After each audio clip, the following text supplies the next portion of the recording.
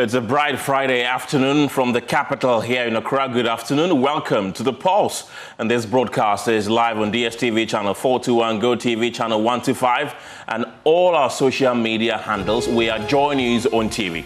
This afternoon, Ghana's cocoa value chain is on the brink as licensed buyers warn of a looming industry collapse, citing a funding crisis and policy failures. We have more as COCOBOD fights back and rejects claims of misuse of farmers' funds over new vehicles, insisting it is working on solutions to pay struggling cocoa farmers across the country.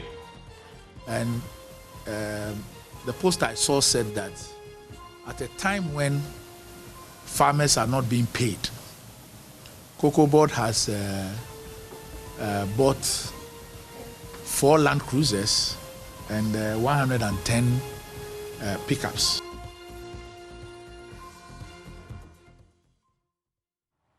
Also, Ghana targets $20 billion in reserves by 2029 as the Mahama administration announces the country is on track to exit the IMF by April 2026. The things we need to do is to build our foreign reserves, which is what we're doing in Ghana. In 1 year, we've moved our reserves from $8.9 billion to $13.4 billion. We will interrogate these and more right here on The Pulse. Interior Minister warns rising crime and border pressures are stretching Ghana's security systems and calls for immediate action to tackle threats. We have observed heightened public concern over crime trend, persistent border security pressures linked to transnational threats, increasing demand for effective regulation. Also, over 12,000 teachers in Ghana's basic and senior high schools are teaching without the required professional qualifications. You realize that in senior high schools only, we have about 12,279 teachers who are non-qualified, but they are engaged in teaching. And it's a Wear Fugu Friday as Ghanaians flood social media with Fugu photo shoots in response to the Zambian social media troll and President Mahama's special donation of the apparel to the Zambian leader. My team to post on various platforms that we're associated with that. President of Zambia will be ordering more of that stuff for himself. Plus, we'll hear from the Zambian president as well. The Pulse is brought to you by Defendril Cough Expectorant. Defendril, breathe easy, feel better. My name is Kenneth Jesse. Stay tuned for details.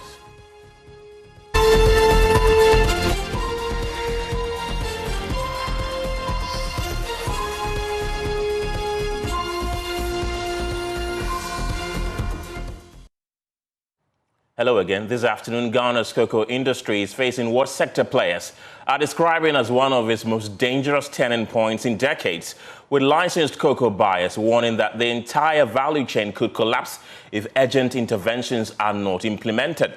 At a press conference, the Licensed Cocoa Buyers Association of Ghana, known as LICOBAG, raised alarm over what it describes as deep structural failures affecting cocoa purchasing, funding, sales strategy and governance within the sector. The association says since the 2023-24 cocoa season, funding for cocoa purchases has deteriorated sharply. Traditionally, the sector relied on an annual syndicated loan facility of more than $1.3 billion. But LICOBAG says COCOBOD was only able to raise $500 million that season, and only 6 months after the season had opened. The licensed cocoa companies, or LBCs, were forced to pre-finance purchases using high-interest bank loans at a time interest rates were close to 30%. Buyers say while they paid farmers promptly, payments for cocoa delivered to ports were delayed for months, pushing many companies into heavy debt and forcing some to collapse. And we're joined in the studio by the president of the Licensed Cocoa Buyers Association of Ghana, known as LICOBAG, Samuel Adimado. Good afternoon, Sam. Welcome to the program. Let us really understand how dire the situation is for you. Yes, thank you, Ken, and thanks to your listeners. As our press conference alluded, we are at a crossroad to safeguard our cocoa industry. We tried to recapture some of our concerns as a Licensed Cocoa Buyers Association from 2023 to present. And if you look at if you analyze the whole story, we've reached a stage that we need to go back to the drawing board and then rethink of how to position our cocoa as a cocoa economy now till we go into the future. So our press conference tried to raise those alarms, right? Then, of course, as a business, we also had some specific concerns that we itemized in our press conference. And I'm going through that press release. You pointed out funding gaps, sales strategy decisions, and governance issues. I want to find out from you, in your view, is this primarily a financial crisis, a management crisis, or a policy crisis? And who is the ultimate bearer of that responsibility? Yes, I wouldn't use it as a crisis because, you know, crisis it's a challenge that needs to be addressed in the sense that as a business, as LBCs, we borrow from the banks and then at an interest rate that you need to be mindful of. And then if you understand the cocoa regulatory framework, your margins are fixed. Yep. So you can only survive if you're efficient. And being efficient is also reducing losses. So if you buy cocoa delivered to COCOBOD and you are not paid on time, then definitely you are caught in a web where you can really be efficient. And this is what has brought us to the table, that we want to engage COCOBOD and government, because we are not saying the challenges started in 2025-26. You could see that we said from 2023-24 season, some of our members are still having the challenge of not coming out of the situation that were created. And then as we speak, from 2024-25, some of our members are still being owed by COCOBOD, which is not the current regime. And then 2025-26, we have this challenge. Our press conference looked at the models. We said 2024-25, we're using what we call 60-40 model. That means when there was no syndication. And then 2025-26, we changed it to 80-20. And we felt that, yes, this model has brought us this far, but it comes with its challenges. More importantly, in the phase where terminal price fluctuates and goes down not in your favor. So this is where we are appealing that all cocoa we have supplied, COCOBOD government should pay our members so that those who even owe farmers will be able to pay them. And this morning, this is the third media house that I've spoken to. I got in touch with COCOBOD. They've been paying. And today they made some payment, but the payment is not enough. Not enough in the sense that if you look at if you understand the cocoa business, it's a lot of money that goes into it. And if a member could be owed 1 billion cedis, then you know the money we are talking of. So our appeal, let me put it that our appeal, or what called for the press conference, was to indicate and then encourage COCOBOD and government to settle our members now that under the 80-20 we are confronted with the challenge of lower terminal price, so that we'll be able to solve our financial challenges. You just mentioned cocoa farmers. What does this predicament mean? What does this mean for cocoa farmers as well? Yes, if you look at the cocoa regulatory framework, LBCs are the only agency that interface with farmers and COCOBOD when it comes to cocoa sales. We are the only entity that is allowed to go and buy cocoa from farmers and deliver to COCOBOD. And what has happened is, under the 80-20 arrangement, because we have dedicated farmers, purchasing clerks, even if there is no money, the farmer will give his cocoa to the purchasing clerk with the hope that the money will come back. Now, these activities has gone on. Unfortunately, on the part of the purchasing clerk, the cocoa has already been delivered to COCOBOD, and the money is not coming. So by default, the purchasing clerk has borrowed the cocoa from the farmer, and he's not paying. And when this happens, of course, the farmer will be worried. So this is what has brought us to this situation where the model we are working with as the 80-20 model has brought us to this situation where farmers are saying we've taken their cocoa, but we have not paid. It's not a deliberate situation because the purchasing clerk knows that there is a long-term relationship with this farmer, and once the cocoa is delivered, the money comes. Now, under this arrangement also, yes, 2024-25, we got it almost well. So we knew all things being equal, 2025-26, we will not have these challenges. So once it has happened, we need to revisit it and then see how we address those challenges. You've spoken about the 80-20 model. Correct. It appears not to be working. Not to be working, but you need to, if you are working with it, then all things must be equal, including the terminal price, which is not equal. Do you then want it to be re-looked at? Yes, our proposal, our suggestion indicate that we should have a model, a hybrid model, where we will apply the 80-20 and then some aspect of the syndication. So 2026-27 season, we have proposed that we look at two models that will enable us to address the issue. But in the midst of it, we've also heard that government is looking at an act that will introduce a new pricing mechanism. So we have also requested that government should speed up the process so that we will have a new pricing mechanism. Now, let me use this opportunity to explain. The pricing mechanisms we are working with, which is by an instrument that a committee comes together, which we call Producer Price Review Committee. Beginning of the cocoa season, we look at all the indicators and then have a benchmark price. So 2025-26, we said the FOB drawdown price will be 7,200 USD. This is a public document where the farmer will get 58,000 Ghana cedis per ton, which translates to 5,400 US dollars. So we're saying that if we get Ghana cocoa, we'll sell it on the terminal market at $7,200. We will not have any challenge. The system will roll. Beginning of the season, we planned this way. As we speak, the price has dropped to $4,000 a ton.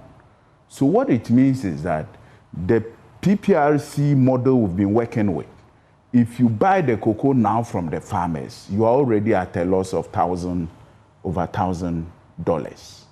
Then the question is, you add all the actors, the transportation, the LBC margin, and others, then you are getting to $2,000+. So if now you want to sell your cocoa at the terminal price, you cannot even get the money to pay the producer price. Because the model we've been working with is that we have fixed the producer price at, in dollar terms, $5,400. So it's quite challenging and a very complex situation where we felt that together with all the stakeholders, we need to address that. But in addressing that, we've already committed ourselves. We're going to pick cocoa from farmers, we've borrowed from the bank, we've delivered cocoa to COCOBOD. So the situation is that COCOBOD should take the bold initiative to pay our members, to pay us, and then defray the debts that, let me put it that way, that we have. Then when that is done, we'll get to an equal level playing field where we can look at all the issues. Right. Yes. You mentioned earlier that COCOBOD has been making payment, but it is not sufficient. Yes. How much collectively are you owed? If I'm to quote the figure offhand, let me give you an analysis. One of our members is owed by COCOBOD, not under the 2025-26 season, over $80 million. One member. Just one member? One member. When you add it to the current situation, which I might not be able to quote the figure offhand, but one of our members under the current situation is being owed of over 1 billion cedis. 1 billion. So the debt as it is not, I mean, it's quite big, but that needs to be addressed. That is why we are adapting these engaging processes, engaging dialoguing processes to address that. Yes, we've been talking to COCOBOD. They have an open door system for us. We want to encourage them and then also bring in government, Ministry of Finance. We are under Ministry of Finance. So we want to look at how we can be helped because as I'm talking to you, imagine you are heading a company and you are already in debt of over $100 million. How do you go to your board? How do you behave in the boardroom? How, I mean, you know, it's quite, let me use the word, it's quite embarrassing. So by these estimates, will I be correct to say that your members are owed in excess of $1 billion? $1 billion is quite a huge, but it's quite a significant amount that needs to be addressed. So our press conference is to, of course, open the Pandora's box for those who cannot take the bold initiative to in a way, make that move. And we are also indicated, all the press houses who indicated that we don't want to politicize the situation because it's business. And we don't want to, of course, address our issues through the media, but once the media is part of our efforts in making the country well, we've opened that opportunity. We are, I believe from next week, we are going to engage with COCOBOD to together see how we address these issues. It's quite a challenging issue, yeah. Right. I was just about asking you the last time you engaged COCOBOD, but since you say that you're going to engage COCOBOD next week, that's fine. You mentioned that you want the finance ministry, which you are under, to also come on board. Are you having any plans to engage them as well? Yes. Our engagement with COCOBOD is fluid. Anytime we talk, we call on phone. This morning, as I told you, before going to my first media house, I called to find out how is the payment going. So this is an opportunity to draw the attention of the Minister of Finance to come in. I know they have other issues to look at, to come in and together see how we address this issue. Have you formally informed them? Because we work under COCOBOD, it's our regulator. So I believe COCOBOD are already in talk with them, and that is where we can mention some of the things in the pipeline. But we need to deepen that. We need to deepen that so that we save time. Time is of essence. We save time and then position ourselves in a good situation that we can survive. Yeah. You mentioned that you are regularly phoning the COCOBOD authorities to speak to them. Some would argue that perhaps your approach is too soft. That's why you're not getting responses. It's not only phone. If you understand the nature of our business well, sorry to smile. If you understand the nature of our business well, you cannot do this kind of business in a confrontational mood. You need to be a top-notch businessman with diplomacy, respect, and understand people's feelings so that you can address issues. We cannot go that tangent and then be confrontational. That is why over the years you've seen that we've never been confrontational, but we try to mention issues that has happened not even under the current management, and we were never confrontational. Right. Yes. I wish you all the best, Samuel. Samuel Adimado is the president of the Licensed Cocoa Buyers Association of Ghana, also known as LICOBAG. Let's bring you more stories this afternoon because the chief executive officer of the Ghana Cocoa Board, Randy Abe, has dismissed claims that funds meant for cocoa farmers were diverted to purchase vehicles for management, saying the acquisitions were strictly for operational purposes. His response follows public concerns that COCOBOD had used resources earmarked for farmers to buy cars for directors. Randy Abe clarified that while about 22 vehicles have been procured, none were purchased for personal use. He explained that the vehicles are intended to strengthen field operations and enhance service delivery across cocoa growing communities. Also some issues that have come up. And also because I say that this also marks 1 year and 2 weeks of me being in office, I need to also speak about what has happened over the last 1 year, especially what we met and how we're trying to get out of it. But I see that there is some news that appears to be hot news, so to speak. And that has to do with, I think, a post by a former employee of this company. And that has gone viral and everybody is speaking about it. I see that people have even done videos with it. And the post I saw said that at a time when farmers are not being paid, COCOBOD has bought 4 Land Cruisers and 110 pickups. So clearly, you can tell the intent of this post to incite farmers, to create the impression that the money that should be used to pay farmers is being used to purchase vehicles. And they even state that the vehicles have been bought for regional directors and district directors.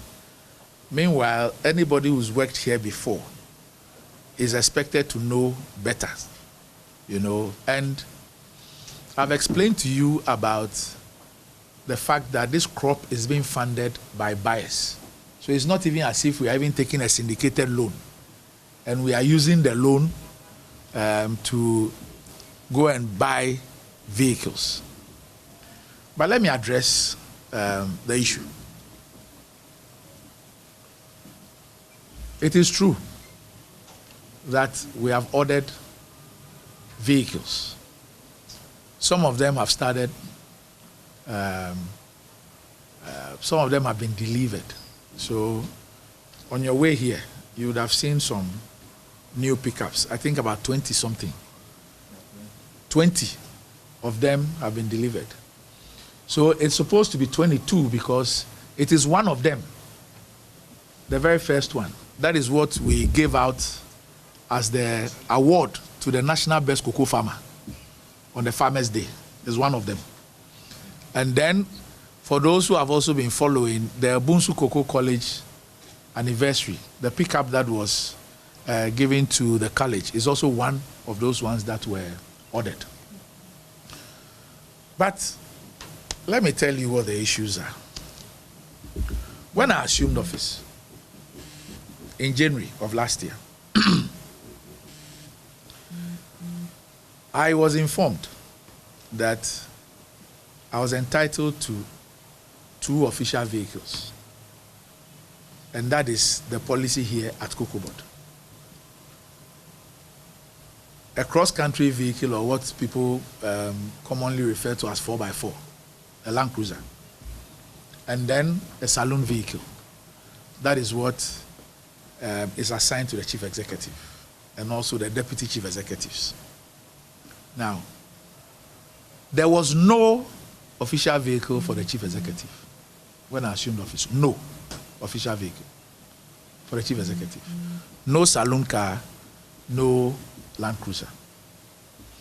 So, the department responsible for transport then decided to initiate the steps to procure these vehicles for official use.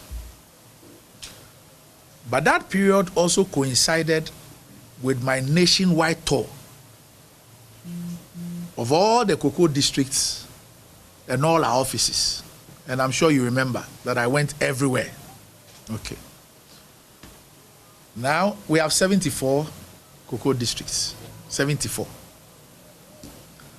Now, on my tour of these districts, not only did I see the deplorable nature of the roads, but I also saw the state of what you want to call operational vehicles. And still on cocoa, the Ghana COCOBOD says it has begun paying licensed buying companies to clear arrears owed to cocoa farmers for beans already delivered. The move follows concerns over months of payment delays, which COCOBOD attributes to difficulties in securing syndicated financing.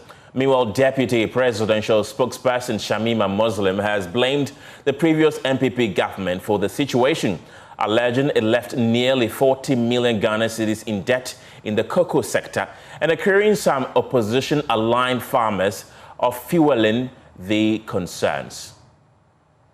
Yeah. It's very rich what Fifi Boafo has just done, and that's what they're going to do. They're going to engage in aggressive attack and distortion and the clutching of straws so that they can fudge the matters and remove, scrutiny from what they did. Let me announce and say clearly that they left a debt of 32.9 billion cedis. That is what NPP left behind when they exited. Oh, it's 32. And it was 9 billion in total cedis. I was breaking it down into our commitments in dollar terms and in cedi terms, because some of our debts is in dollar terms as well. And again, I said it that it is not true that COCOBOD is not buying. Why these kinds of lies? The farmers that we have bought from, they know, and I've just given you the figures.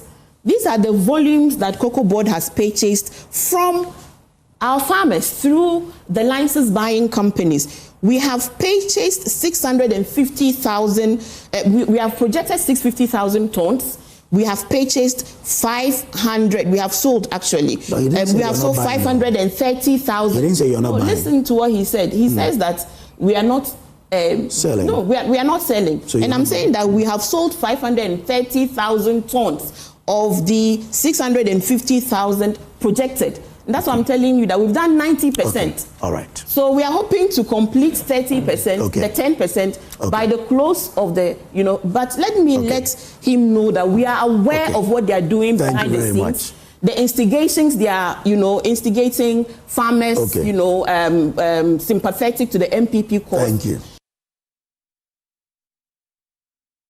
Meanwhile, former Public Relations Officer of COCOBOD, Fifi Boafo, has also responded, arguing that Shamima Muslim does not fully appreciate the real challenges facing COCOBOD. I find it very, very worrying listening to Shamima, my sister, explaining why we are here. I know Shamima doesn't work at COCOBOD. She is only stating these information, sharing out this information because she has been briefed. And the worrying aspect is that the true situation has been hidden from Shamima, who is at the presidency. So she does not appreciate the enormity of the problem, the real situation we find ourselves in, the hole that the new management have dug and put us in as a country. The presidency is not getting the information. Let's get talking and go into the telephone lines right now and speak to the national president of the Concerned Cocoa Farmers Association, Nana Obuadie Bonsu II. Grateful for your time this afternoon. COCOBOD says it has started paying the various LBCs. What is your reaction to this particular development? Yeah, well, good evening to your viewers and listeners. Currently, a lot of the latest development that is coming up, which I think maybe we can give the update. And for the start, there's an engagement going on that if by 6 o'clock would be nice for us to come out like that. I think because at the end the current situation is at stake, and then farmers are really crying for their money not being paid. But there's a bit going on right away, and I'm currently part of the meeting, and I can assure you that by 6 o'clock, maybe there was something that's coming up. Right. Nana Obuadie Bonsu II, thank you very much. He's the president of the Concerned Farmers Association of Ghana. Let's take you to the seat of government, because President John Mahama says Ghana is targeting foreign reserves of more than $20 billion by 2029. a move he describes as critical to strengthening economic stability and resilience. Addressing Zambia's National Assembly, President Mahama said boosting reserves is a central pillar of Ghana's economic reset agenda. One of the things we need to do is to build our foreign reserves, which is what we're doing in Ghana. In 1 year, we've moved our reserves from $8.9 billion to $13.4 billion in 1 year. We want, over the next 3 years, to increase our reserve position to beyond $20 billion, so that if anything happened, we would have enough buffers in terms of our reserves to be able to tide over whatever shock it is. And so I think that one of the things to do is to build the foreign reserves. The other thing is the creation of an environment that is conducive to business, so that you have a multiplier effect in terms of people's incomes and opportunities for people. Because ultimately, your reserves alone are not able to do it. It is boosting the per capita income of your people, so that if anything happens, they still have the kind of income or capital to be able to survive or to bring themselves back up. Look at what happened with our economy. Many companies collapsed completely. There are people whose businesses, no longer exist. But if we're able to run our economy in a way that creates opportunity and makes people able to invest in bonds and other things, after a global shock, they're able to liquidate their bonds and either build their industries back, or if they have collapsed, to invest in some new area. I think that's what we should be doing.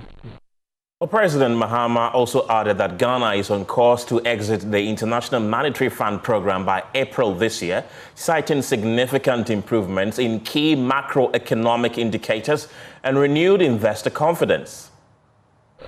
President Chilema said something very profound. He said the economy is at the basis of everything. You can talk about education, you can talk about agriculture, you can talk about anything. If the economy is, not doing well, you can't raise the resources to invest in these areas. And so the economy is at the basis of everything.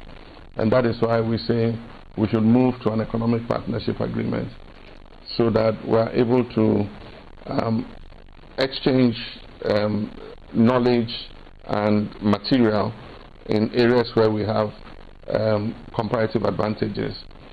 And I mentioned some of them at the Business Forum. Zambia's agricultural sector is very well developed, and so they have developed the research to produce improved seeds and so on and so forth. I think they are at a level that is far higher than we are, and so currently we import improved seeds from Zambia, and President Chilema was very gracious to give me 1 ton of maize seed for my farm, and so I thanked him for it. I'm going to use what I can and then distribute some of the seeds to farmers who are neighboring my farm. And so I believe that it will be beneficial, the economic partnership agreement. One, it will boost trade between our two countries. And two, it will allow us in real time, because of the similarity of our countries in mining and all that, to be able to compare notes for our own mutual benefit.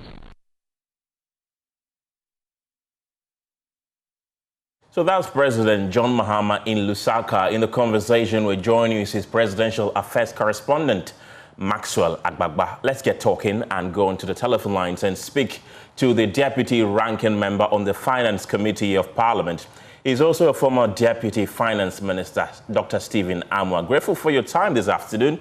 You've been listening to the President. Is this ambition by government to increase Ghana's reserves to $20 billion by 2029 a realistic target to set? Thank you very much, and thank you for this opportunity.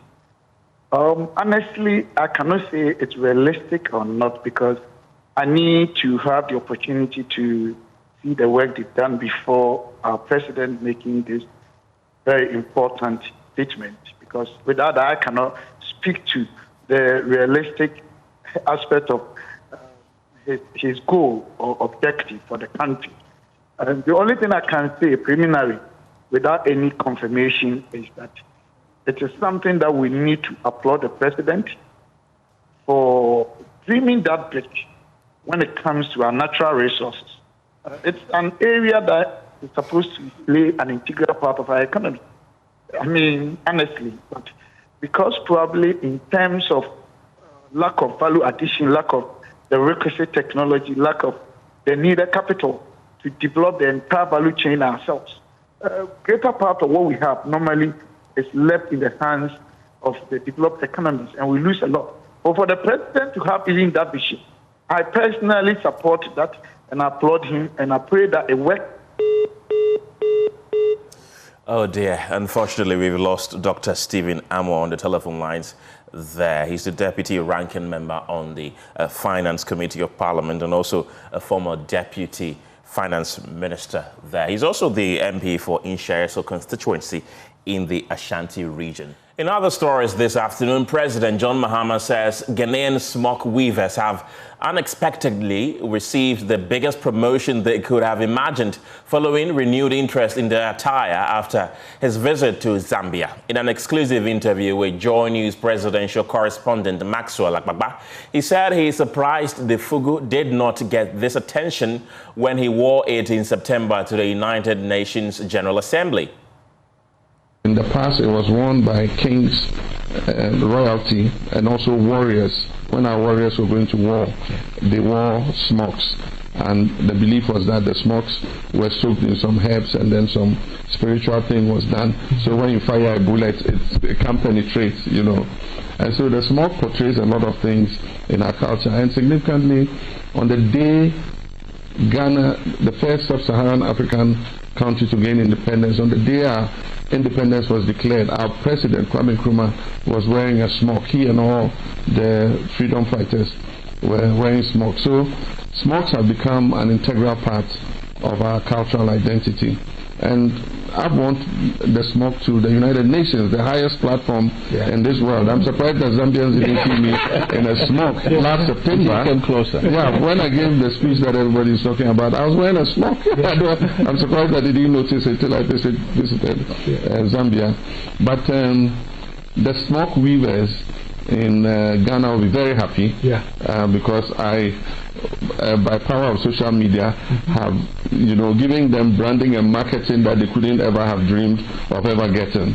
You know, and I'm sure that by the time I leave here, the number of searches for fugu, batakari, and smoke, you know, is going to be quite high. And it was just because of an innocuous statement. You know, people were commenting about my arrival, and one person said, "Oh, but what blouse is he wearing?" That's it. And it triggered a whole social media firestorm. But incidentally, you know what? When I arrived, we exchanged gifts, myself and President Chilema. He gave me a beautiful carving, you know, Zambian carving, and I appreciate it very much. I'm going to put it in my office and label it as a gift from President Chilema. And then I gave him a fugu. So what I wore, I gave him one of that. And so he said he's going to order some more and then distribute it to his Zambian countrymen. And it's Wear Fugu Friday as Ghanaians flood social media in defense of President John Mahama's Fugu attire following online jabs from Zambians during his official visit. Over the past 48 hours, users from both countries have traded barbs after the batakari was mockingly described as a blouse. Well, the debate has since escalated, even drawing in the presidents of both nations. We'll hear from them shortly, but first, my colleague Gemma Apia visited shops in town to find out how the bars is affecting sales. This is not the first time President John Mahama is wearing fugu outside the country on a state visit, but the reactions of Zambians to the president's attire has triggered conversations on social media. Social media is now washed with people wearing fugu, videos and photos of them wearing fugu on Friday. But here at the Arts Center, I've been speaking to some traders who say that the conversation and reactions on social media about fugu and the importance of wearing fugu and the traditional meaning behind fugu has not translated into massive sales for them. They say that on the regular, people come here to buy fugu, but these past few days after the issue with the Zambians hasn't translated into sales for them yet.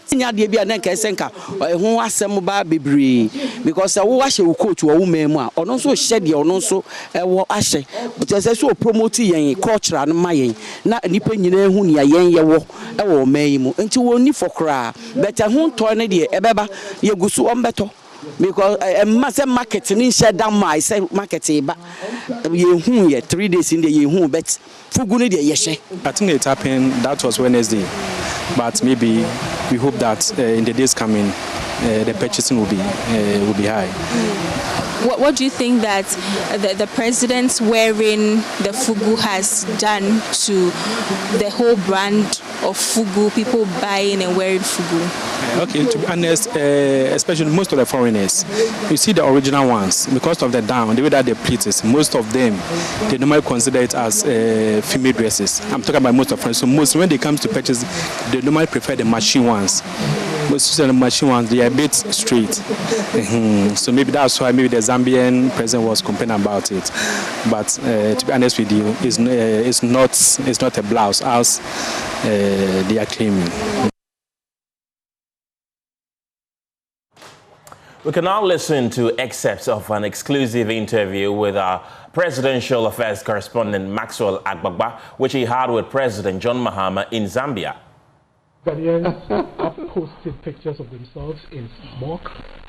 Today at the Independence Square, renowned photographer Yao Pare is organizing a free photo shoot for all the people who in smoke who come to the Independence Square. One of my colleagues, Ajoy Luis, heads of them, they launched a Wear Fugu Friday just yesterday and is receiving a lot of reviews. I want to find out from you. You have always been a supporter of Made in Ghana, and in fact, it was actually part of your campaign message, and you've made a conscious effort to always wear locally made clothes. What do you make of the new smoke wave that you've inspired? Okay, it's called the smoke in English, but in our language, some people call it fugu, some call it batakari. Yeah. Now, this is a traditional dress that is made by a local industry. It's part of our culture, and so in the past it was worn by kings, royalty, and also warriors. When our warriors were going to war, they wore smokes, and the belief was that the smokes were soaked in some herbs and then some spiritual thing was done. So when you fire a bullet, it can't penetrate, you know. And so the smoke portrays a lot of things in our culture, and significantly on the day Ghana, the first sub-Saharan African country to gain independence, on the day our independence was declared, our president, Kwame Nkrumah, was wearing a smoke. He and all the freedom fighters were wearing smoke. So smokes have become an integral part of our cultural identity. And I want the smoke to the United Nations, the highest platform in this world. I'm surprised that Zambians didn't see me in a smoke last September. Came closer. Yeah, when I gave the speech that everybody's talking about, I was wearing a smoke. I'm surprised that they didn't notice it till I visited Zambia. But the smoke weavers in Ghana will be very happy because I, by power of social media, have giving them branding and marketing that they couldn't ever have dreamed of ever getting, and I'm sure that by the time I leave here, the number of searches for fugu, batakari, and smoke, is going to be quite high. And it was just because of an innocuous statement. People were commenting about my arrival, and one person said, "Oh, but what blouse is he wearing?" That's it. And it triggered a whole social media firestorm. But incidentally, you know what? When I arrived, we exchanged gifts, myself and President Chilema. He gave me a beautiful carving, Zambian carving. And I appreciate it very much. I'm going to put it in my office and label it as a gift from President Chilema. And then I gave him a fugu. So what I wore, I gave him one of that. And so he said he's going to order some more and then distribute it to his Zambian countrymen. But one of the things that I have brought into my presidency is to promote the local garments industry. And so all my clothes are made in Ghana. They are sewn by Ghanaian designers. Yeah, so all these safari suits and things I wear are sewn by local designers. And that's what I wear every day, you know, to work, to official functions. And the thing is, I told President Chilama, I can understand that you wear suits because your part of the continent is colder. Our part is warmer than yours. And so we need to adapt to clothes that make us comfortable in the warmer weather. You probably have to wear a jacket, and so you have to wear a suit or something to be able to keep yourself warm. But we have to wear clothes that will make us feel cooler. And so it's more appropriate for me to dress like this than to wear a suit and a tie in the hot sun. And so that's it. But I thank Zambians for marketing our fugu for us. And it might become an export item in our bilateral trade. We'll export some fugus here and create a new fashion trend. Your Excellency, on that light or not, I wish to thank you. I know something. The fugu is appropriate because you see the sleeves are very big. And then from under to, when the weather is hot, you are able to get ventilation, you know, from it. Yeah. Your Excellency, thank you so much for your time. You can catch the full interview with Maxwell Akbagba and President Mahama on all our digital channels, Facebook, X, Instagram, and TikTok. And two other stories. Ghana today is joining the rest of the world to mark the International Day of Zero Tolerance for female genital mutilation, with renewed concern that the practice, though criminalized, remains a present and evolving threat to girls, particularly in border communities. The Ministry of Gender, Children and Social Protection and the United Nations Population Fund says female genital mutilation is neither a cultural right nor a private family matter, but a violation of the fundamental human rights of women and girls with lifelong health and social consequences. In a joint statement to commemorate the day, the two institutions acknowledge Ghana's progress since the practice was outlawed in the mid-1990s.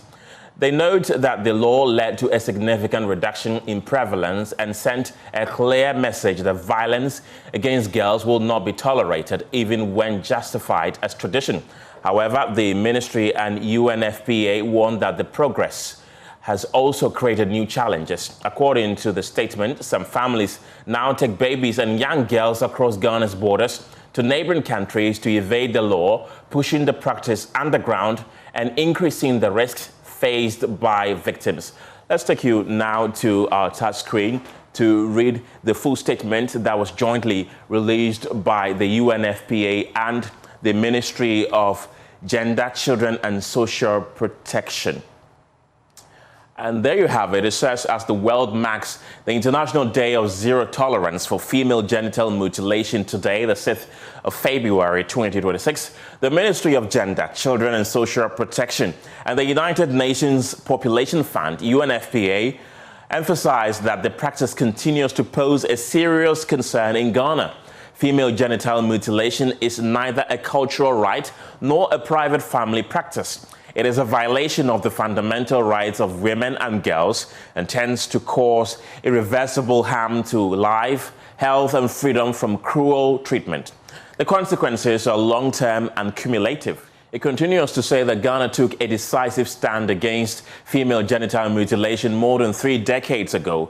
Its criminalization in the mid-1990s, strengthened by subsequent legal amendments, established a clear national standard and contributed to a marked decline in prevalence. The law affirmed that violence against girls, even when justified as tradition, would not be tolerated.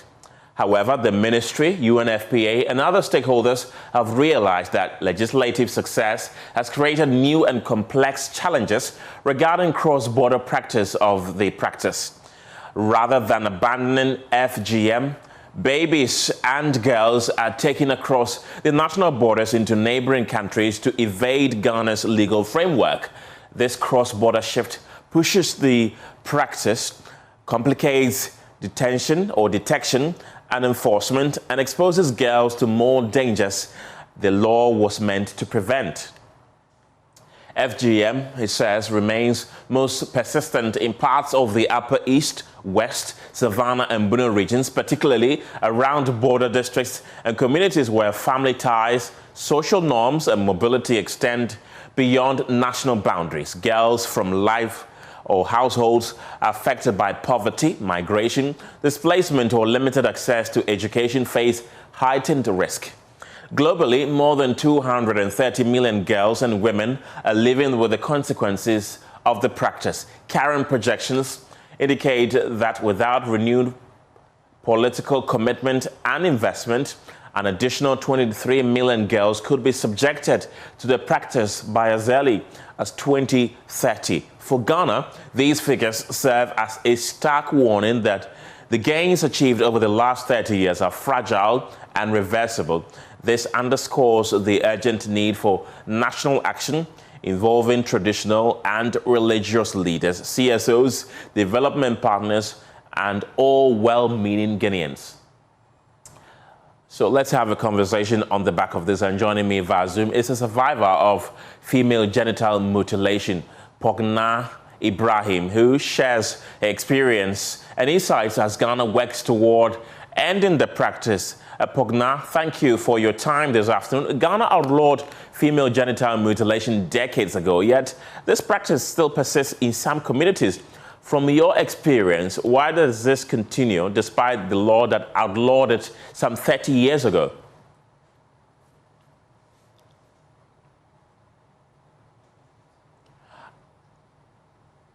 Kindly unmute your microphone so we can hear you. Can you hear me? Yes, I can.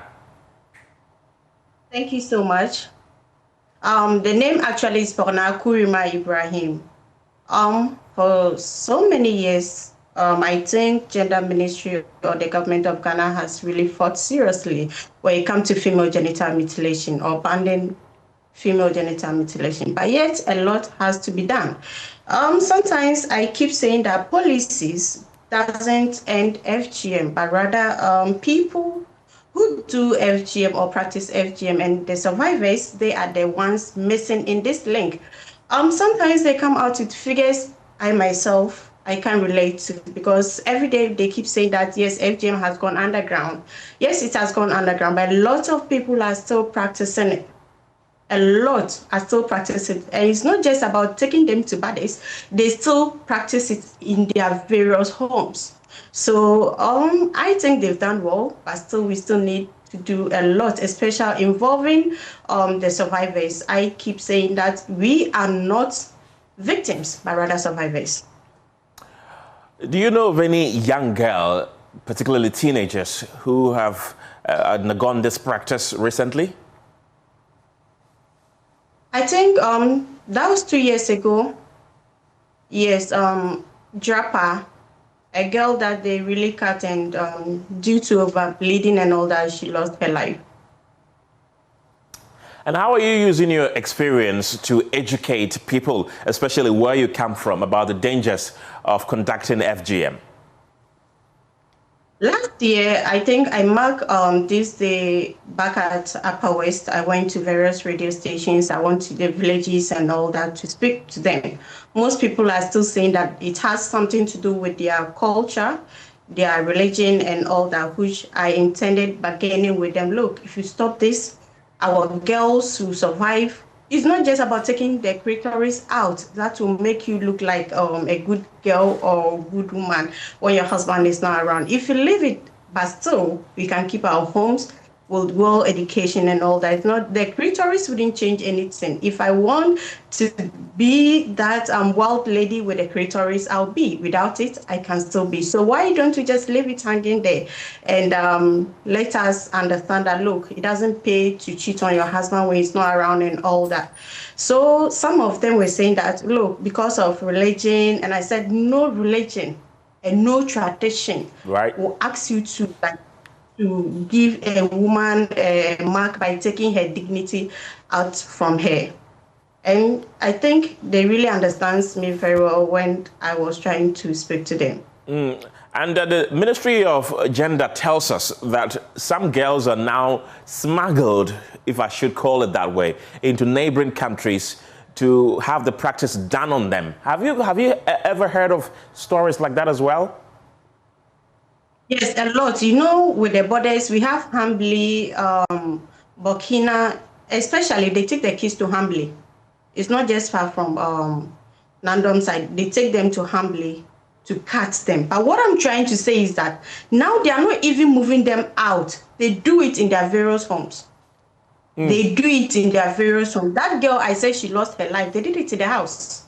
They didn't take her to any place. They did it in the house. But just that the mother would decide to keep her to save her marriage. If they don't come out to tell you that, yes, they've cut it, you never know. Right.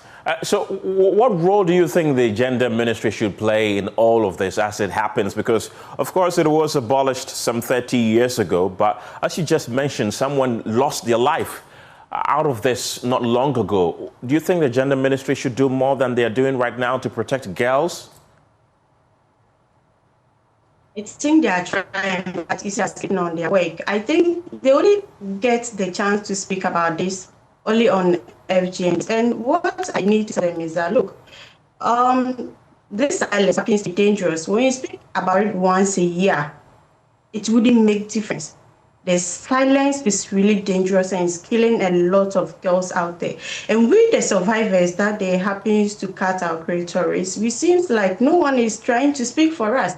After all, they haven't done it to them, or maybe they don't really care. They think it's something that wouldn't really affect us, but it's really affecting us. So this silence thing I'm talking about, I think the gender ministry should really do much when it comes to female genital mutilation. But speaking about it once a year is not something that is really helping. They need to do more, even though they are trying, but they need to do more by linking up with the survivors. Because we know the kind of pains we go through. We understand better. So they should link up with us so that we can go back to our various communities in order to educate those who really do the cutting and the mothers that are yet to cut their babies. I know they are doing well, but they should link up. Right, Paulina, thank you very much. Ibrahim, she's a survivor of female genital mutilation. Well, you're still watching The Pulse from our studios here at COCOBOD. We'll take a quick break. Don't go anywhere. You're welcome back. Engineering is a powerful engine that drives the development of every nation. In Ghana, the Ghana Institution of Engineers is at the forefront of this transformation, shaping innovation, sustainability, and resilient infrastructure. This afternoon on The Pulse, we examine the institution's critical role in addressing key national challenges, from climate change and infrastructure gaps to energy transition, food security, and technological advancement. Joining me in the studio is Ludwig Annan-Hesse. He's the president of the Ghana Engineers Association, or GHIE. I also have Kobna Bimpon. He's the immediate past president of GHIE. Engineers, grateful for your time this evening. Good to have you on the show. I must say, I was at your program, I think, was it last year or last year? You were then the president. Yeah, president, that's right. Yes, you were then the president, I remember. Yeah. Tell us a bit about your platform, how you are using it to transform the engineering of this country. I'll start with you. Well, thank you very much. As you may be aware, and I think you mispronounced our name, so I would correct it, to start with. Right. We are called the Ghana Institution of Engineering. And it is an amalgamation of engineering practitioners made up of engineers, engineering technologists, technicians, and craftsmen. So it is the place where, or let me call it the melting point of all engineering practitioners in the country. And we have a mission to promote and to sustain sound and competent engineering practice in Ghana that is comparable to global standards. And our core objective is to maintain professional standards. And here, when we talk about professional standards, we have regulations, guidelines. Because you see, when you talk about engineering, we're dealing with principles. These are science, technological principles, and mathematical principles, I must add. Right. So this is where is the melting point where all engineering practitioners meet. And we have various, issues or things that we deal with, which I believe my president, can add to. Mr. President, why is innovation critical, very critical to Ghana's development agenda? Innovation is critical to development for any person, any group of people, and any country at all.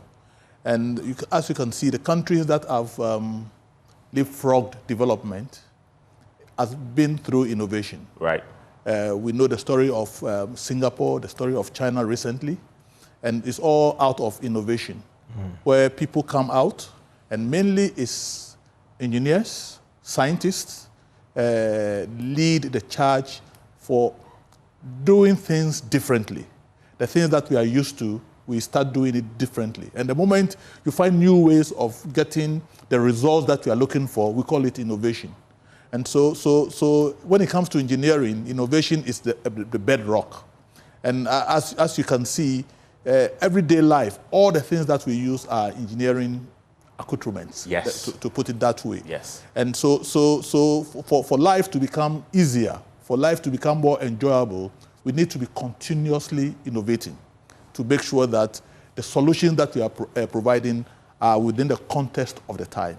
Mr. Bimpo, let me come to you. How does engineering help in sustainability and something like climate resilience? Okay, that's a very good question. If you talk about climate resilience, then we are dealing with energy transition, we're dealing with climate change in itself, where we are talking about the increase in temperatures, right. Extreme events like flooding and things like that. And as President said, engineering, I always say that for engineers, we do not design for ourselves. We design for the good and for the comfort of people. Now, in the past, engineering had been practiced based on historical information, things which have happened in the past, and we have learned from it, and then we look at it into the future. So you design against by doing some projections. But nowadays, we know that with climate change, everything is changing. So it is no more about historical facts, it is about the future. So we design for, or I'll call it, we are future ready. So if we talk about drainage, for instance, nowadays we do not design channels or culverts to just pass some critical flood. We are looking at climate change and knowing that when it rains, it is no more going to be the usual rains where we have factors that we use. It is now going to be higher. So we design against, I was going to say against, but we don't design against them. Right. We design for them within the bounds of the accuracy that engineers are known for. Mr. Hesse, let me come back to you. What engineering ways, or let me say that, what ways is engineering helping to transition Ghana's energy transition from renewables to green energy? You know that we emit substantial compared to global, compared to Europe, compared to North America and all that, but we feel the effects the most here in Africa and here in Ghana.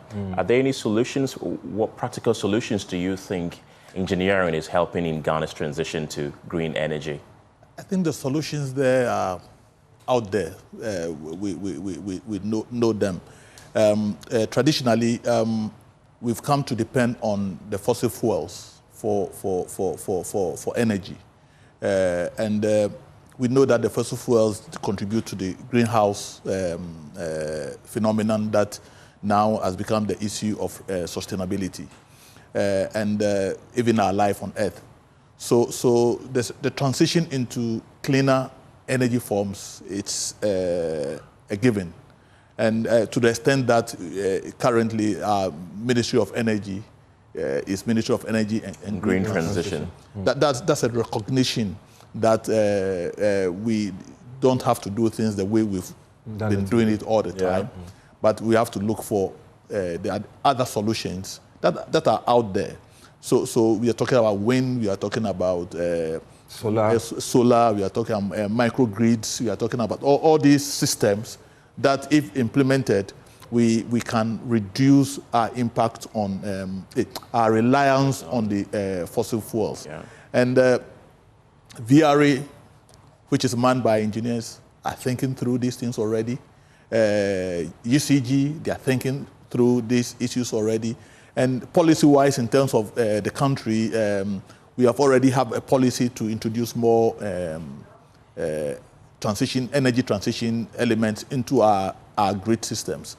There's a talk about nuclear, again, that we have discussed. And what sometimes we are not too sure of is whether we have enough discipline. I was actually about to ask. As a people, as a people, to infest us with that. But it's a way to go. And again, in talking about these things, we also have to think regional, not just Ghana. Because some of these, like if you go nuclear, you may generate so much energy, you don't need it alone. So you have to cooperate with other people within the sub-region. And again, if there's an accident in Ghana, it may affect the people in Togo. So everybody is interested when you want to go that way. Yeah. So the regional cooperation aspect of these transition things are also very, very important. And we have our members all over the place in all the major institutions, and they are leading these thinking processes and things. And it's our prayer that our thinking process and innovation will meet with the political courage to invest into some of these areas, and also to cooperate with sister African countries how do you put it? To collaborate. To collaborate so that we can... No, I'm saying the synergies of cooperation will help us to achieve more efficiency and relevance. When it comes to green transition, we've set ambitious targets for ourselves as a country. The United Nations, other world leaders are also setting ambitious targets. When it comes to Ghana's targets to transition to green energy, is it realistic? Well, if you talk about realistic, I think that every target is based on the information that is available to the country. And until last year or so, we never talked about a whole ministry looking at green transition.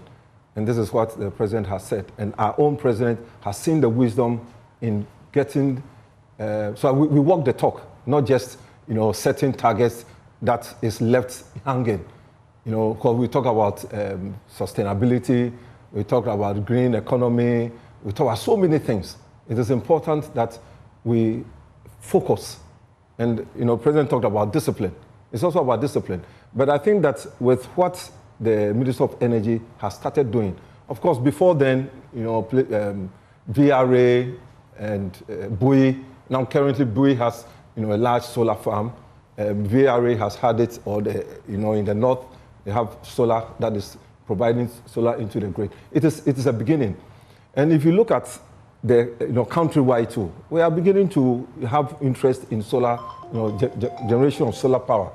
So these are things which I believe if we continue to work at it, we will get there.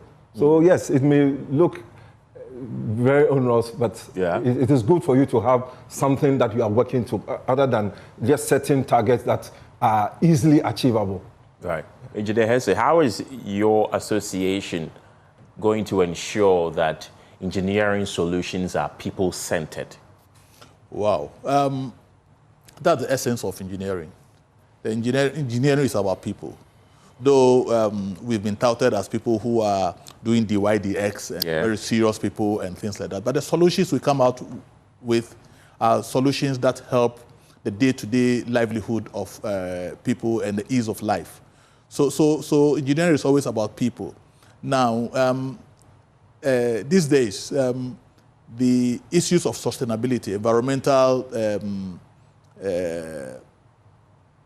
mitigating environmental impacts, and also ensuring that impacts on people are clearly dealt with in the proper way. If there's resettlement, they are organized properly, people are moved properly, and all those things. We've been doing this for a long time. When VRA was building the COCOBOD Dam some, how many years? 50 years. Where were you? Long time. I was nowhere to be found. 60, 70 years ago, people were resettled. And you went through these processes to do it. Now, if you look at VRA, for instance, they have a good system to manage downstream flooding. And you'll be surprised, though we had this recent flooding downstream, nobody died. And it's because the systems that have been put in place were there to ensure that nobody died. And so nobody died. People suffered. But sometimes you get to disaster levels where people, you can't do anything about it. People, we cannot outsmart nature, all the time. So sometimes nature takes over. But when it happens, what are the things? And the success of that period was because VRA has a long standing, which they have not brought into play for like 40 years. But all of a sudden, we get this, and because they've been drilling, they've been training, they've been doing drills for it. That normally we don't hear about. But the people in the area, they knew where to go, they knew which were the high points and low points and everything. And this is all part of the engineering practice, and it's all people-centered. These days we talk about flooding, Accra floods, and we had a seminar the other time, and there's a professor, Andor, who spoke, and he said that he's going to prophesy that this year there will be 5 floods in Accra. You see, because we've allowed Accra to go, but still up to this point where we look like we can't do anything, the engineers are still proposing. For instance, things which sound very simple. When we're discussing it, when you talk about rain harvesting, isn't it so simple and we know it? But really, that appears to be the only solution to the flooding in Accra, for instance. And it's because all the places that water was stored so that flooding didn't occur downstream, we've built there. So all the storage basins are all gone. So now, if we don't learn to store water in each person's house, then floods will continue to occur. But if we start storing water in each person's house when it's raining, we delay when the water is released into the environment. And so that is where we've got into. It appears to be the only solution left for us in Accra. And government, but working this, it's not the engineering. As for the engineering, is there, it's simple. Harvesting rainwater in terms of technology is so simple. Storing it, all you need to is put it in tanks. So it looks very simple. But if we have to implement it in a way that it will save Accra from flooding, for instance, then it has to be taken as a whole, as a project for the whole city. And not that individuals are just storing water because Ghana water is not flowing, so they can have some water. But we are storing water as a flood mitigation measure. These days, even the flooding goes beyond Accra. You see Ashanti region and other regions also flooding as well. Engineer Bimpon, let me come to you. What role will young engineers, women engineers, play in building Ghana's tomorrow? This is a very good question again, in the sense that the future is for our young engineers. And unlike us, we were calling ourselves BBC, born before computers. These guys are leading in innovation, in technology, and they are actually technology savvy. And that is the direction in which the world is going. And, you know, President talked about leapfrogging. There are so many systems that require the use of technology, the Internet of Things. And these are the people or the young men who, with the right direction and training, they are going to lead in that transition that we so desire. And for us as an institution, we have placed them at the center of whatever we do. And you added women. So we have what we call youth in engineering. They are part of and parcel of our council. We have women in engineering. They are also at the table of, I would say, table of men. Because in the past, everybody thought that engineering was all about men. It was, no. If you come to my office is just around here. Those leading are women. And in our institution, we have so many women. Even our next president is going to be a woman. Oh. Yes. You know, our executive director is a woman. Right. You get it? So there is a lot I would say that is the future. Yeah. That is the future. And our young men are doing wonders because they are going to walk in our footsteps. They are looking at the things that we are doing wrongly, and they are thinking about how they can do things smarter, faster, and more innovatively, so that the future of Ghana in terms of engineering is going to be preserved. And President did mention that when we talk about life in general, and I also mentioned that for the good and for the comfort of our nation or our nationals, it is about engineering. Yes. Everything that you look, this studio is all about engineering. It is.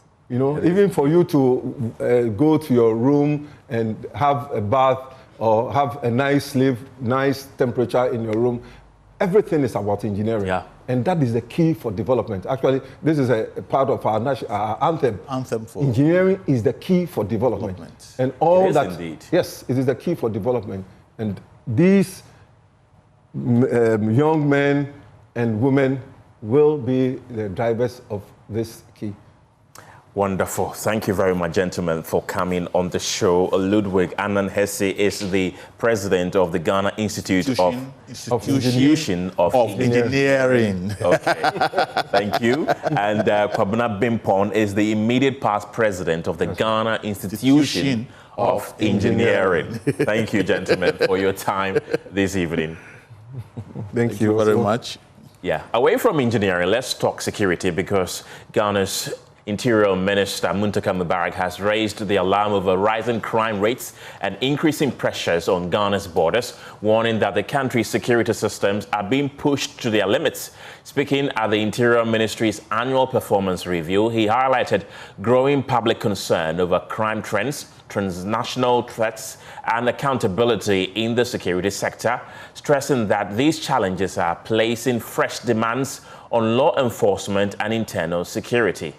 While acknowledging improvements in inter-agency collaboration, intelligence-led operations and digital reforms, the minister warned that these gains remain fragile and persistent vulnerabilities remain. Over the last year, the security environment has continued to evolve. We have observed heightened public concern over crime trend, persistent border security pressures linked to transnational threats, increasing demand for effective regulation, and growing public scrutiny regarding accountability, service delivery, and respect for human rights. At the same time, the sector has recorded notable gains. This includes stronger interagency collaboration, progress in digitalization and intelligence-led operations, improvement in emergency response, and reform aimed at professionalism and oversight. This mixed outcomes underscores the importance of a deliberate, evidence-based performance review such as this one. Ladies and gentlemen, this workshop is not convened merely to recount activities or define statistics. It's convened to interrogate results, confront implementation gaps, and agree on corrective actions.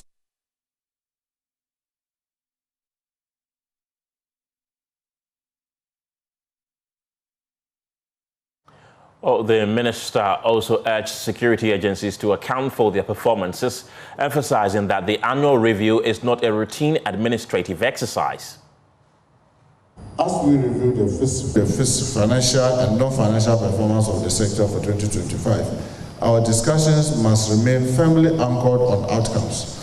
What worked, what didn't work, why that was so, and how we translate these lessons into clear priority, credible budgets, and coordinated actions in 2026. To the heads of the agencies, I urge you to approach this review with candor, ownership, and strategic focus. Leadership demands honesty about constraint, decisiveness in addressing weaknesses, and clarity in driving reform. Let us therefore use this workshop to strengthen alignment, sharpen coordination, and reaffirm our collective responsibility to deliver security services that inspire public confidence and support national development.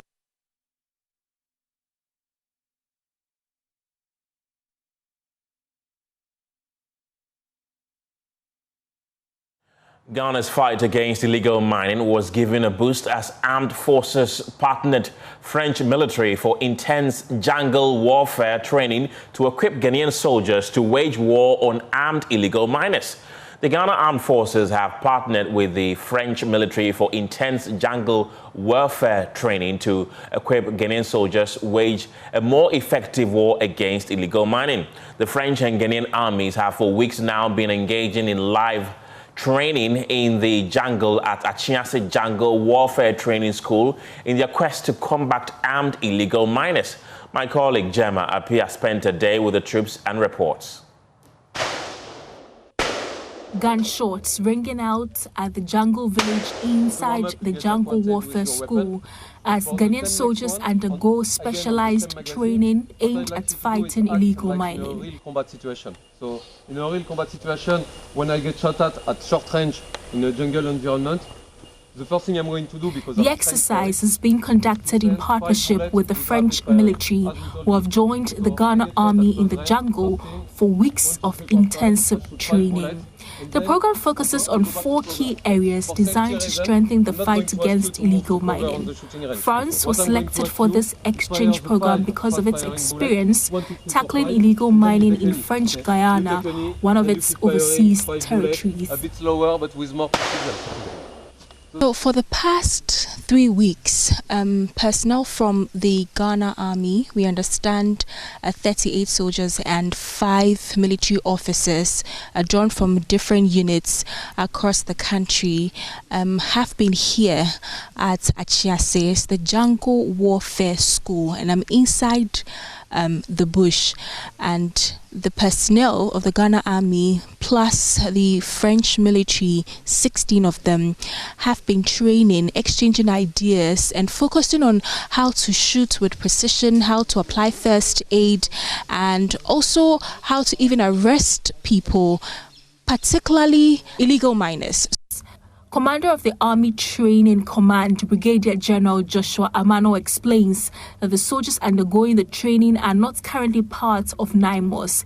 He notes that troops on active NIMOS operations cannot be withdrawn for training, but due to routine rotations, these soldiers could soon be deployed to apply the skills they have acquired.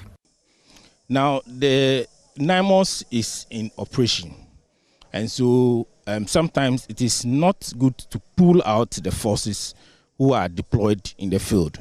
So this next group are prepared to be able to take over from those who are already in the field.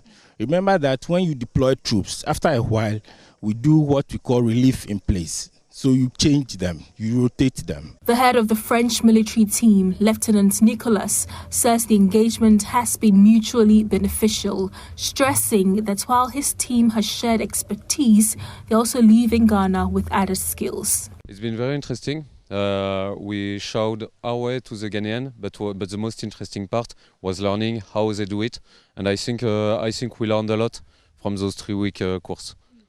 What are some of the things that you learned from the Ghanaians and what the Ghanaians also learned from you? Well, we learned a lot about jungle survival. They are very strong in this area. The Ghanaian soldiers say the French doctrine is not very different from what they are already used to, but acknowledge they have picked up new skills that will help them more effectively combat illegal mining.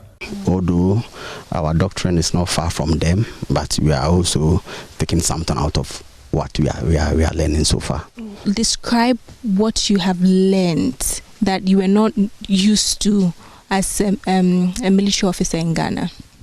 Okay, tactically, what I will say is it is not different from ours, but at least we've learned something small. As a soldier, when we are going for a war or operation like this, normally we may have an injured person among us. So now they have taught us how to provide improvised structure, which are very good. That one I've learned it a lot.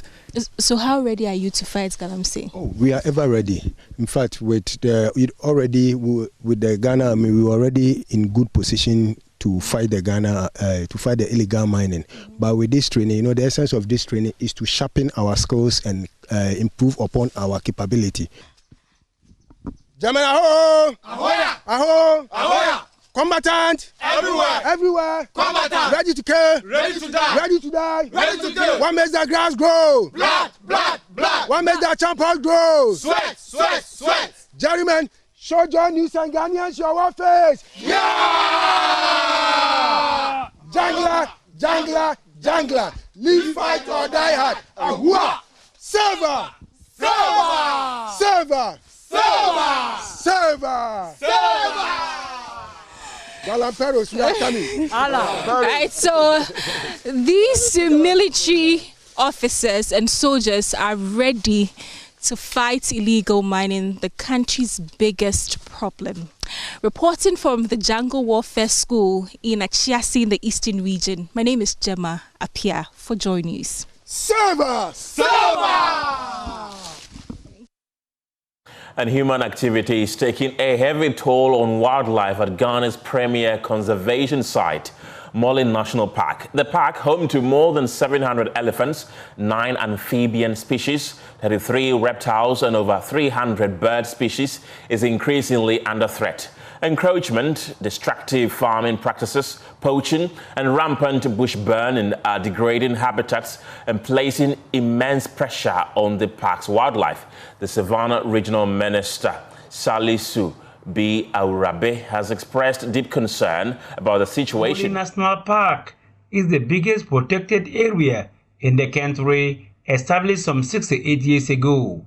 It has land size of 4,577 square kilometers that covers 3 regions, Savannah, Northeast, and the Upper West regions, making it Ghana's largest wildlife refuge.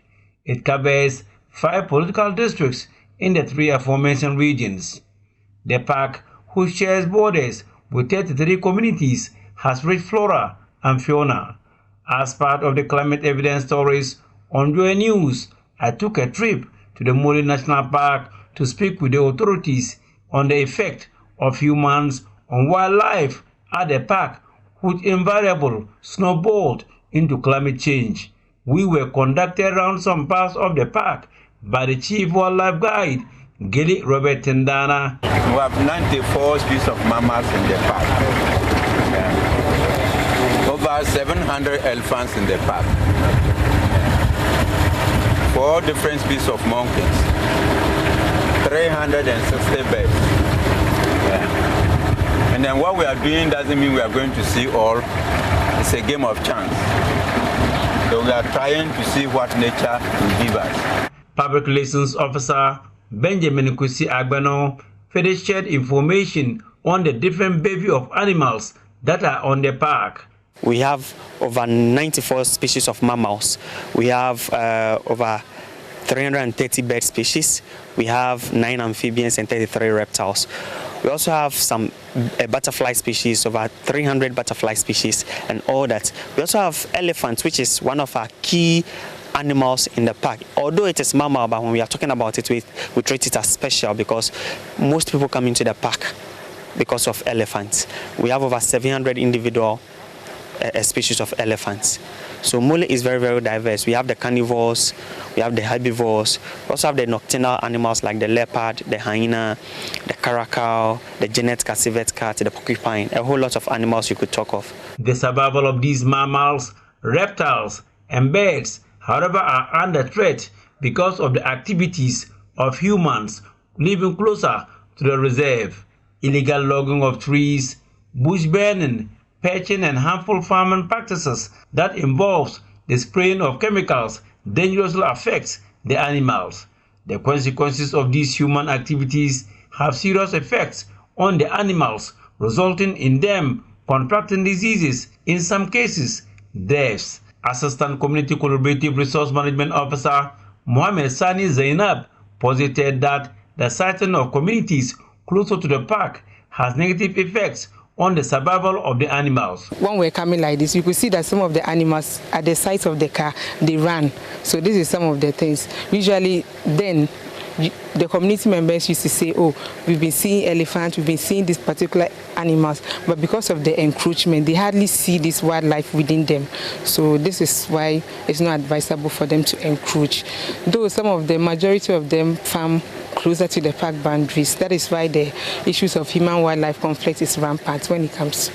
Worst of them being the extinction of some animal species from the park. Law enforcement officer at the Mole National Park, Martin Ndego Abodeba, noted that the illegal logging of economic trees has adverse effect on the rain pattern, thereby increasing the risk of climate change in the area. Now you experience that those days we say from this time to this time we are supposed to get rain, it doesn't come. But when we are able to protect the areas such that it is maintained, nothing comes into it, like to destroy the ecology or the ecosystem, then we will help in doing that to reduce the climate change that we are experiencing now in the country and even beyond. A view shared by the acting operational director of the Environmental Protection Authority, Jonas Pierre-Core. But because of our human activities, we are no more able to predict even our rainfall pattern. It's not erratic. It comes as and when. Some years we get half of what we're supposed to have gotten, though the water may be the same, but because there are no trees to protect the ground, everything evaporates. Even the runoff also run into the sea or into the streams, also run into the rivers, and at the end of the day, we have problems of water. Mind you, the importance of these habitats of the park goes beyond its tourism value or use as a meat for the people by these agricultural purposes as well. Public Relations Officer of the Wildlife Division of the Forestry Commission, Ernestine Adumie Enim, gave an insight on it. If you can remember, when we were young, we had something called atono.